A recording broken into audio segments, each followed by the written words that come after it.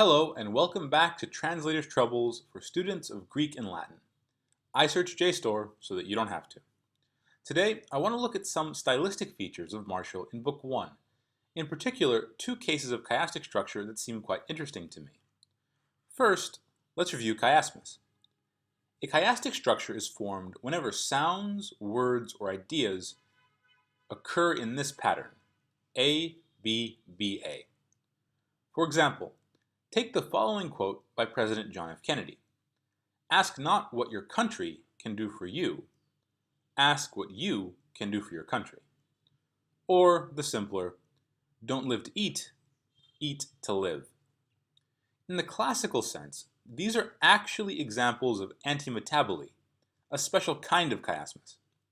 Suffice it to say for now that you needn't repeat the words.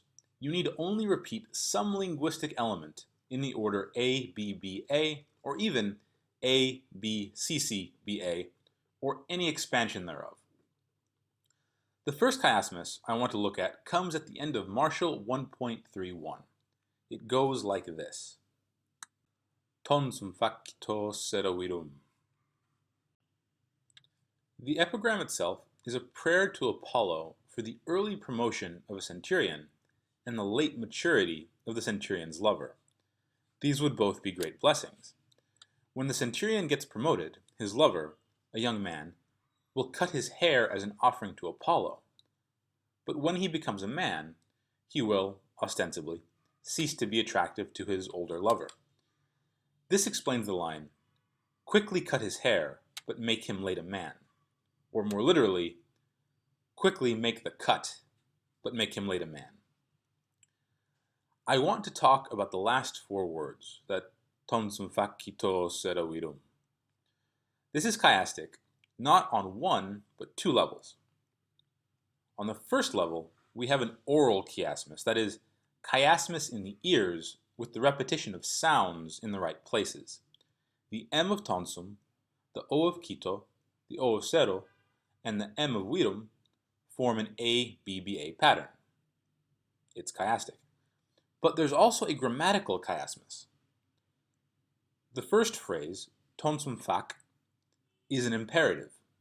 The second word kito is an adverb. The third word is an adverb sero. And the last word needs to be understood with fac. So, again, we have imperative, adverb, adverb, imperative, forming an ABBA structure within the poem. Now let's look at our second example, this time in Martial 1.44. Here we're concerned with the first line. Notice that again, there are at least two types of chiasmus in play, this time grammatical and semantic. In order, we have animal, amusement, amusement, animal on the semantic level, and genitive, accusative, accusative, genitive on the grammatical level. There may even be a third kind of chiasmus here, although it might be trivial. 5 of the 4 words begin with L, and they are all arranged around a central word, cursus, which obviously does not start with an L. If nothing else, that arrangement gives us a sense of symmetry in the poem. As far as I can tell, these stylistic features are not tremendously important for understanding the meaning of the poem. So why talk about them at all? Well, if Martial's chiasmuses, chiasmi, whatever the plural of chiasmus is, are characteristically duplex or triplex, meaning operative on multiple levels of interpretation, it might give us a diagnostic criterion for deciding if a certain epigram is genuine or not. That said, just because Martial typically uses multiple types of chiasmus most or all of the time, doesn't mean that he has to. So this could never be a hard and fast way of ruling out authorship. Uncovering this sort of wordplay can help us appreciate Martial and why he was so highly esteemed. We can also look at this type of expression and try to replicate it in our own writing.